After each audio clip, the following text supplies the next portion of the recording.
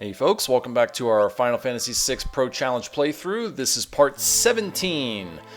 Alright, we pick up outside the town of Narshe. We're going to go in there and we're going to do a couple things. The first thing we're going to do, number one, is make sure we're at full health and HP. Can always rely on that lovely recovery spring pot. Looks like we're good to go. We're making sure we have all the right relics equipped, and I think one thing that we're going to do is equip the Charm Bangle, and mainly because it's going to make it a little bit easier to get where we need to go here. So the Charm Bangle will help out. We're also going to be utilizing the Warp spell for the very first time here, just to make retreating and backing out much quicker and simpler. So we have that ready to go, and oh yeah, check this out. This is interesting. For the first time ever, we are now encountering enemies, like general enemies, in the town of Narshe, where we would normally find humans and people who would talk to us in the town. So pretty much it's been deserted, and obviously the enemies and the monsters have taken over. So, gotta be a lot more careful than we used to be. Take out the enemies though, they're nothing you can't handle at this point in the game, but man, check that out. 1100 damage on one single attack, and it still doesn't take down the enemies here. So, clearly we've entered into the latter part of the game, and we've got to work pretty hard and be very careful. They're dealing over 100 damage apiece, 200 damage apiece for simple attacks. Yeah, as I said, we've encountered pretty hefty, beefy enemies here. So we're going to head left. We're going to go into the cave that Locke first showed us way back when. And we're going to work our way all the way through the cave until eventually we encounter the one particular character that we're looking for here. Now you notice with the relic setup, we have basically ensured that we have very minimal contact with back attacks. We certainly don't want that, and we want to increase the preemptive attacks. Not necessarily because we want to kill the enemies, but because it makes it a guarantee that we can run away from the enemies and make it quicker to get where we need to go. That, combined with the Charm Bangle, ensures that we have much fewer encounters, and we should get where we're going very soon. Now, something else to consider. When we went through this area the first time, there were several chests that we chose not to open, and we did that on purpose, knowing that when we get here later in the game, those same treasures would be changed, and they would be different and better in this very part right here, I should say. So we're going to go ahead and continue on through this part of the game, and love that chainsaw, especially when it misses. So we're going to keep on moving through until we get where we need to go, and I'll show you exactly why we're here.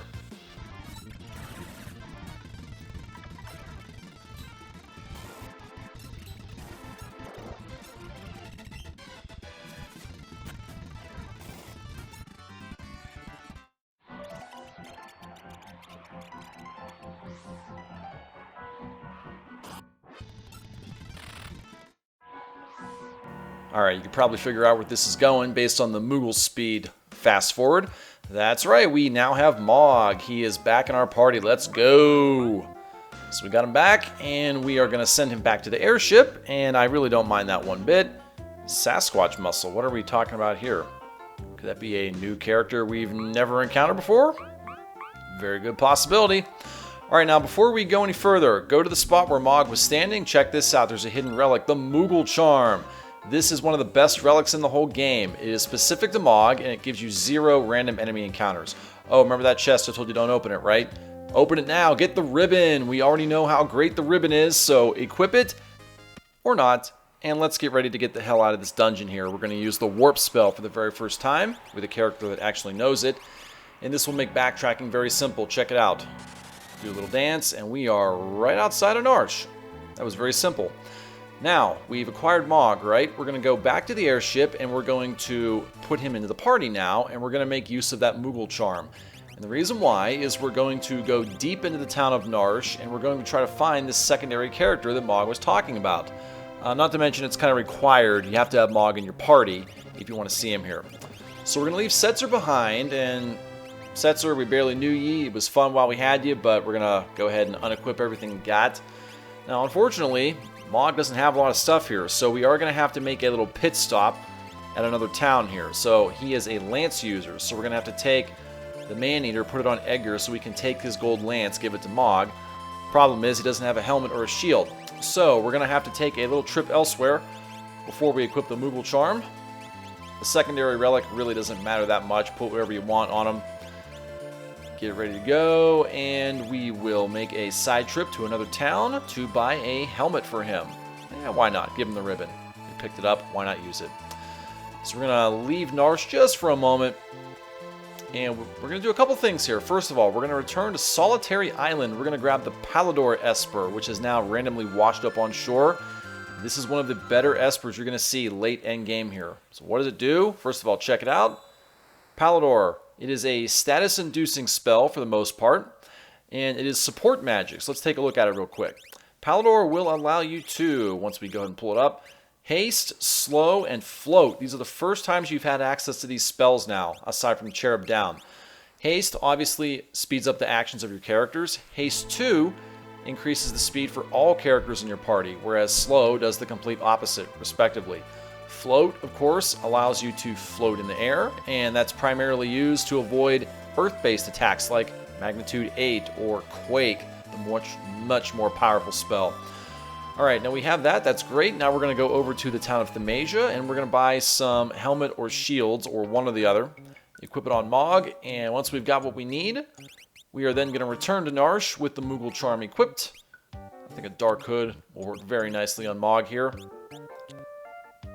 Yeah, it's probably good enough. So equip it, get it on there, watch that defense stat of Mog go up very nicely. We can get by without a shield for right now. So we're going to get the heck out of here. Leave this town, return to Narshe, plow all the way through to the end of where we are trying to go. We could sell off some more stuff. Why not? Get rid of a couple more things. Give us some leeway to buy some stuff. I think we're pretty much good to go. We really don't want to get rid of too many relics here. I mean, we want to make sure we have at least one of everything. Although a lot of these relics are complete garbage, we're really not going to use them at all. I'm content with what we've done here. And diamond, nah, probably don't need it. Let's check out the attacking weapons here. There are still some pretty decent things here. We could go with another man-eater. We could buy some ninja stars, but Shadow's not in our party, at least not yet. So for the time being, we're good to go. We are going to buy another tincture, though, because those are very nice to have in the event you run low on magic and you don't have a save point nearby. And I think we're good. We're going to leave Themasia once again. We're going to get back in our airship. We're going to fly back to Narshe. Now with the new Palador Esper equipped. Head back over there. There's Doma Castle. We will go there eventually with Cyan in tow. Assuming we find him when we get him. I'm pretty sure we will pretty soon. Alright, first of all, first things first, go back to Narshe. Now with the Mughal Charm equipped, well, first of all, do a little pit stop here. Make sure that we are absolutely sure we are at full health and MP, and we definitely are now. Alright, now go all the way up to the back. It's pretty much like we knew Narshe in the very beginning of the game, with no enemy encounters and no human interaction of any kind. Pretty barren desert, if that makes any sense, in a tundra, a frostbitten town. Alright, we're going all the way through. We want to make doubly sure that everybody has everything they're going to need. Now, there are a couple changes we're going to make. You're going to notice that we're going to equip wall rings on two particular characters here. And the reason we're doing this is we're going to have some extremely powerful, difficult enemy bosses coming up here that use very powerful magic spells. And if you don't have the wall ring equipped, it's going to massively mess up your plans here. So make sure you have those equipped. Ribbons certainly don't hurt. Now, Mog really isn't going to do a whole lot of damage to the bosses that we're going to be talking about here. So wall ring ain't going to help that much. Make sure you have them on the right people. In this case, we definitely do. We're going to head in this cave, over to the right, down and around. And we're going to head way back up to the top where we fought Kefka to try to save the Esper from him the very first time. And you're going to see why we're going up this way. I'm going to keep on moving through, double checking our setup. And I believe we are probably good to go at this point. Going to keep on moving through to the back end cavern of Narshe. We are almost where we need to be. Now we are at the point one screen away from where we fought Kefka in that big tundra encounter. We're not going to fight him again, but we will have some very, very powerful enemies here. These are the optional enemies that were released during the World of Ruin. They are known as the dragons. Here's our first one, the Ice Dragon. Now, you'll notice he's weak to fire. Makes sense, right? It's the opposite of ice. We could take him down with fire. And honestly, it wouldn't be that tough, given what we have equipped. We could very well take him down the natural way. But why bother when this is a one-shot trick? Now you see him. very shortly, we won't be seeing him. Now here's a problem. Here's a spell you probably haven't seen for a while, if not ever. Northern Cross will freeze an enemy, right? Well, the problem with that is that you cannot unfreeze whoever's been hit unless you hit your own character with fire. We're not going to worry about that. And now he's dead. Vanish X Zone for the win. Goodbye. 10 magic points. Man, that's nice. Mog learned a whole lot of nice stuff off that Palador Esper. Lots of great magic spells. Ooh, and a new dance. And a Force Shield. Force Shield is a very awesome magic shield. 7 dragons left. Okay, so clearly there are, man, a lot of things happening here. So, as I was saying, there are 8 dragons that were released when the World of Ruin came into fruition. We just took down the first one, the Ice Dragon. You're going to notice that every time we take one of these dragons down, it's going to give us a very, very nice piece of armor, a weapon, a relic, something of that nature, right? So they gave us the Force Shield, or the Force, yeah, it's the Force Shield, and that will help you resist magic spells. And you could put that on any character that you want, particularly when we get to the section where that is required. Now, before we do that, make doubly sure you have wall rings on the characters who will be casting Vanish and X Zone. We need to keep them alive because this Esper, the Tritalk Esper, does know level 3 magic spells. Fire, Ice, Bolt, take your pick. It is a, I don't want to say multilingual Esper, but it's multi-elemental. So 30,000 HP for Tritalk. He is weak to fire, and having those wall rings equipped will not only lessen the damage, but make sure that they stay alive. Now, unfortunately, that is going to heal the Esper, but again, it really doesn't matter when you know Vanish and X Zone. So, here's step 1. There's the Vanish. And there's the insta-cheap win. Bye-bye. If only they were all that easy. Oh, wait, they are. 7 magic points. Nobody really learned any spells. And yes, we freed you. Oh, you know exactly who we are. You've only encountered us, what, like 2 or 3 times now, and you still can't figure this out? Okay, so Tritalk does sacrifice himself, and we have now officially earned, at long last, the Tritalk Esper. What does it do? Well, we already know what he's capable of doing. Yes, we want to jump into that cliff, by the way, so jump all the way down. What do we got down here? Well, we're about to find out very shortly. We go all the way down to the bottom. So yeah, what's this Tritalk Esper do? Let's take a look. All the way down. You have to scroll down to find these Espers here. Tritalk, Fire 3, Ice 3, Bolt 3. Oh, by the way, if you level up while holding it, magic power goes up +2.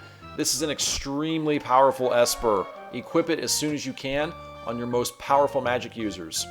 Gauntlet, that's a relic that we got a long time ago, which we haven't really touched since. But yeah, put Tritalk in as many of your characters as you can. It's one of the only places where you can learn level 3 magic. Don't flip that switch, by the way, but do flip this one. And you'll see why. You're going to drop down here. And, ooh, what's this little bone structure right here? Well, before we do anything to it, make sure that your health is back up to full health. Obviously, your MP won't be at full. But make sure you're as close to good as you can possibly be. You can take those wall rings off now. They're not really necessary for what's about to happen up next. So take them off, restore everybody to their former glory, get their regular relics back on where they need to be. And let's prepare because we actually have a boss fight coming up here. And let's see what it is. We'll finish up with the relic hokey pokey Chinese fire drill here. I think we're just about ready with the stuff that we want. And let's go ahead and back out of here. Cure ring sounds good to me. And we're going to move on forward. What's this in the carving? Well, that would be a piece of magicite, and it's actually a very good one. It's going to give you 3 pieces of magic, but the one that we care about most, by the way, it's called Terato. So think about what that could possibly be. Quake is a very powerful spell that you will get with this, and it makes sense given the big, ugly monster that's approaching us right now. And anyway, so yes, we do have to defeat him to make use of this Esper. First of all, his name is Umaro, whatever you want to call him. 17,000 HP, which is about average for what we're going at right now with side bosses, optional bosses here. So we don't have to beat him. We're only doing this purely for the Esper that we just picked up. I will tell you that Umaro is not one of my favorite characters here. Clearly. I don't think he's one of anyone's favorite characters. So yes, this is a character that you can actually utilize going forward after you beat him. This is the character that Mog was talking about with the Sasquatch power, right? Not very high HP, and you can take him down fairly quickly, but the problem is that once you get him down to low critical health, his attack power, his defense, everything will drastically increase, and that's when you gotta be really careful because he can dang near one-shot some enemies here, and in fact, he does one-shot some enemies. As you can see, he did some pretty massive damage there with that tackle attack. But just keep on hitting him hard. He will go down fairly quickly.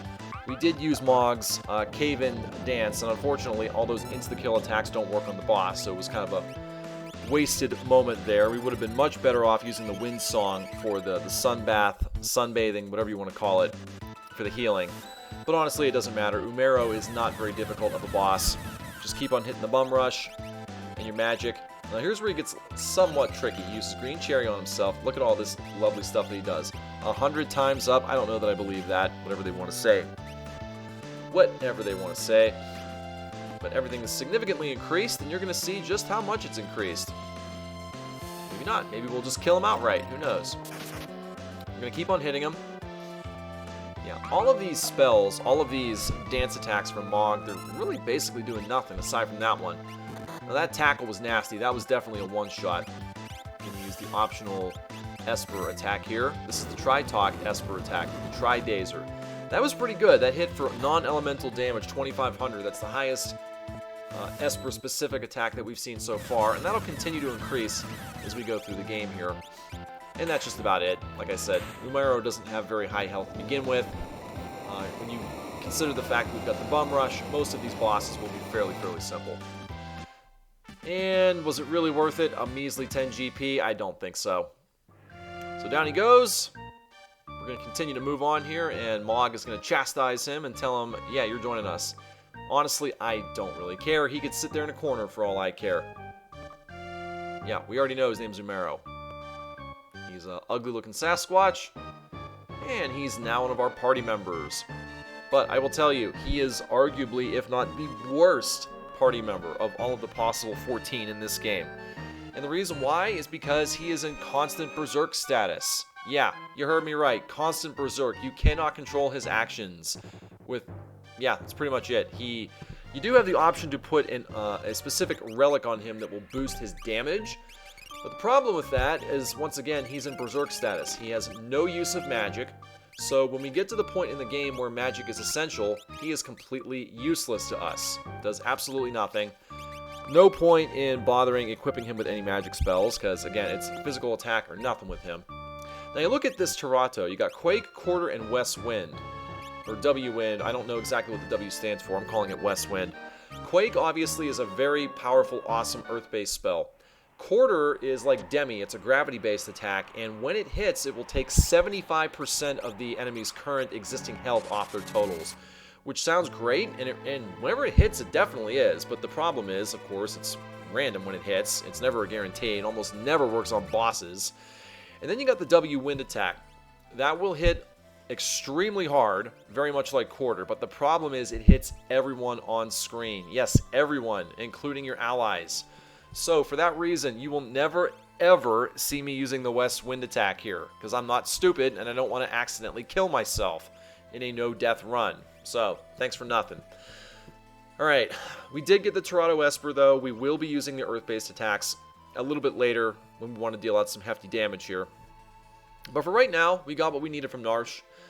We got that particular thing. We got Mog out of Narshe, and we're pretty much set. Now, we will be coming back to Narshe eventually because that pickpocket thief mentioned there was an unopened chest in the town of Narshe, and in fact there is, and it contains a very awesome treasure in there, which we will be utilizing for the remainder of the game once we get it. But for right now, we're going to move on to the next, I don't know if you want to call it, it's certainly not required, but if you're following the path here, that's where you would go next. This is the Phoenix Cave we talked about earlier, and just for giggles, we're going to go ahead and drop down into it. We're not going to actually complete the Phoenix Cave, but I want to show you what makes it tough and why we're not going to go forward with it just yet. I mean, technically we could. We have the base stuff necessary to go all the way. You want to form two groups here. What I recommend doing is putting Mog in a party all by himself with the Mughal charm, which will allow him to move through the cave unscathed and no random encounters here. The other party, stack up with your most powerful heroes. Best magic, best attack spells. Now, very critical, if you're going in here, do not enter this dungeon without ribbons or something that will stop the stop status ailment.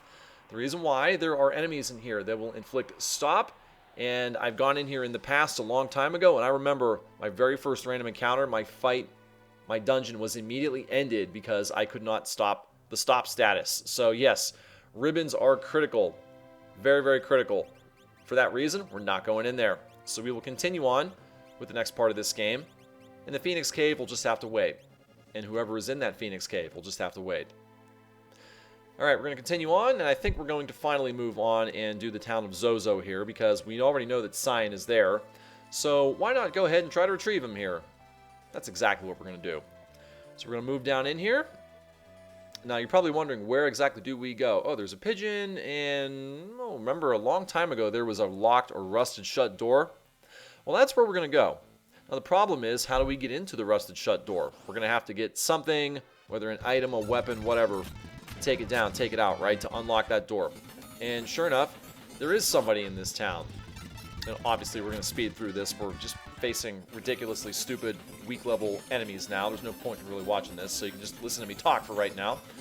So, right there, that particular door, it's rusted shut. There is an NPC, and his name is right there. Looks like a merchant. He is selling something called Rust-Aid, or Rust-Rid, rather, so we will buy it very cheaply. We're going to go all the way back up through that building and up through the cafe door. We're going to open that door, and we will encounter the next part of Zozo here. And it's going to get not terribly tough, but let's just say the enemies will be significantly more challenging. Now, right now we have Mog in our party, and we have the Mughal charm equipped. We're doing that on purpose. We're going to leave it on because there are several treasure chests in here that have very awesome treasures, such as the red cap. Now, the red cap, I think we probably already got this from a previous dungeon, and if we didn't, just FYI, it is a wonderful piece of headgear that can be equipped on many different enemies. We're going to put the Force Shield on just to show you that it significantly increases magic. Magic defense, rather. And really, we don't have any other options for Mog, so there you go. Alright, now this next chest here, let's take a look at it. We have the Ice Shield. As you might expect, it will prevent and absorb ice attacks, so we can actually use it in place of the Crystal Shield if we wanted to. We will definitely use it in place of the Mithril Shield. That's very outdated at this point. So we'll go ahead and equip it. We got a couple more chests we're going to open up here. One of them is right up there. That one might be tough to get to right now. So yes, we can't really get it right now, but we will be getting it shortly. And it has another nice piece of defensive equipment in there. So for the time being, since we can't get it, we can't go over there, we're going to head on down south. Got 2 more chests, I believe. Just keep on walking through. And again, we could take the Mughal charm off. There are some nice opportunities to power level with these enemy monsters here. There's a Thunder Shield. It's basically the same thing as the Ice Shield. It gives the exact same defense as the Ice Shield, only it's going to block and absorb thunder. And that will be interesting because there is a boss coming up, which we may need to consider that and absorb or block thunder. So keep that in mind. But we have it available if we want to equip it. Now right here, we have the Aegis, Regis, Aegis, whatever you want to call it. I'm going to call it the Aegis Shield. It gives very good defense and better magic defense as well. Really, you could use it on pretty much any character you want. We'll put it on Sabin here. It's better than any other option we have on defense. Man, look at those stats. 214, 203 attack and defense. Sabin is rapidly becoming a powerhouse. He's got some specialty stuff on right now. But we're going to continue to head on north. And as soon as we get up there, we're going to see this is going to get outside. And we have another chest here, the gold hairpin. Now, if I'm not mistaken, that gold hairpin was being held on by Pickpocket the Thief back in the World of Balance. We finally get it here, and we can see it was nothing special, so no point in having it. We're not going to worry about it. We're going to continue on out here and go to the next part of this Zozo Part 2, whatever you want to say about it. We're going to have some outdoor enemies, and we're taking the Mughal charm off now because we really don't need it. Again, we only had it equipped to get those treasure chests here. We have another version of the Juggernaut enemies that we saw, and they're going to hit pretty hard whenever these attacks land. That uppercut, had it hit, would have done massive damage to Mog. I don't think it would have one-shot killed him, but it would have come pretty close. Look at that. We did the bum rush on an individual enemy, Boris, and it still didn't take him out. Boris, wow. Boris is kind of, I don't know what I would call him, but the bum rush and the drill, usually that's enough to take out most enemies here, and he's still up fighting tall here, so it is very important that you get that bum rush skill like we got in the last part of the video. Otherwise, I don't know what we'd be doing now. We'd probably still have the Mughal charm on. But we took it off. Good experience, good magic, good GP. Like I said, very good opportunities to boost your stats, boost your characters here. Gonna keep on moving through. We're back into another cave here, and we have another couple things to worry about. There's a save point. Why could we possibly want a save point? Well, you're gonna find out right about now. By the way, since we're kind of looking at this enemy right here called Ursus, in case anyone is not familiar with Latin, Ursus in Latin simply means bear. So we are fighting a bear enemy. Woohoo, very creative, right? Anyway, he's gone. One-shot bomb rush. And nothing really useful there, although this, I guess for this point in the game, it's not that bad actually, so decent GP. Alright, now why do we have a save point? Trust me on this, if you have a tent, which you should of course, please use it. You will get your health, your MP all the way back to full, and there is a very specific reason. Keep heading up north, there is a switch there with a treasure chest. Now hit it, and watch what happens. Let's see if we can get all the goodies out of that chest. Whoops. That is one of the 8 mythical dragons released during the World of Ruin. We have to go kill it to get the good stuff that was in the chest. Now, what do you suppose could possibly be in it? Well, we're about to find out. We could fight these things, but I don't want to have any of my stuff stolen, so run away and get in his line of sight. There we go. The dragon has flown around us. Now, what is it? It is the Storm Dragon. So, the Storm Dragon, as you can see, pretty decent HP total, 42,000 for this point. Is weak to lightning. Now, you would expect that this dragon, being called the Storm Dragon, would utilize lightning. I mean, technically it utilizes arrow and wind spells, so take that for what you will. But lightning, I guess it's weak to lightning because it's in the air. You got to use lightning-based attacks to hit it. It doesn't matter. Do what you normally do. Vanish, X-Zone, boom, easy win. Now here's its Rage spell, and it basically took all of our characters down 75%. That's not good, right? Well, again, it doesn't matter. X-Zone. Goodbye. Easy win. I gotta say, I don't necessarily like doing things this way, but hey, it works. This is a no-death run. Do what you gotta do, right? 6 dragons left. We will get them all. And we will get the prize that comes for beating all 8 of them. We've got the Force Armor, since you took a look at that. Force Armor is like the Force Shield in that it will drastically increase your magic defense. And I keep saying we have a point in the game where magic is critical. There will also be a point in the game where we utilize that Force Armor to great effect, since we have to go to that particular point. Now we got what we needed. We're going to continue on over this way, through the caves, through the plains, and what's this? Dear Loda, all this lovely good stuff. Perpetual die. Wait, wrong, boyfriend, blah, blah, blah, was, aha, someone's been not very honest here, deceitful. It is time to look forward, all this lovely stuff. Great poetry, wonderful. Aha, it was cyan. Now, what's in this chest? You can't open it! Well, we'll worry about that later. Aha, there's cyan. Alright, so, in case you weren't reading the story, basically, that person's boyfriend in Miranda passed away, and Cyan has decided to play the role of the long-deceased boyfriend and just make Miranda happy there. Obviously, he's learned the folly of his ways, and that's no longer going to work. And he decides he's going to join our party again, which is wonderful. Now, if only we had utilized Cyan in the past in the World of Balance. Once again, the main reason I don't use Cyan is he's very strong. Yes, he is. He's got some very, very good special skills with his sword tech. The problem is, it takes a very long time for those sword tech skills to build up. Now, that being said, there will come a point, by the way, Warp is awesome here. Just get the heck out of Zozo, straight out to the world map. There will come a point where we will be able to go to Doma Castle, and just like we did with Sabin, get his Blitz skills all the way up. We're going to be able to get Cyan's sword tech skills all the way up, which is great, so we can finally go to level 7, level 8 of the sword tech without having to wait. Well, again, the problem is you still got to wait all that time for the tech skills to charge. So, take it for what you will. You're probably not going to see me using Cyan very much, aside from points when we absolutely have to. So, that being said, get your party back to what you want. Now, you notice we only have 3 members in our party, because we've learned the error of our ways. Yes, in order to recruit Goth from the Veldt, you can only have 3 party members. You think I would have remembered that from when I first played this game all those many years ago? Well, again, it's been a while, so you can't fault me too much. Now, you're going to notice, again, anything that you see on the Veldt, these are typically enemies that you've already fought before. So, these are the things that we saw way back in Daryl's tomb. You can choose to fight them, or not. It's up to you. We're going to choose to destroy them as quick as we can with our most powerful characters. Drill, bum rush, same old story. You've seen it 100 times by this point. Down they go. This is an interesting attack. Soul out. It's a zombify attack, just a different animation. I gotta say, I do like that. The problem is he hits Sabin with bum rush in tow, and you can guarantee, most be sure, that is a one-hit down death on Edgar. Yeah, that was the wrong character to hit with a zombify status. So we're going to go ahead and fix that up. Now, do we bother taking down this enemy, or should we get out of here? Yeah, we'll hit him. We'll take him down. Daze Dance.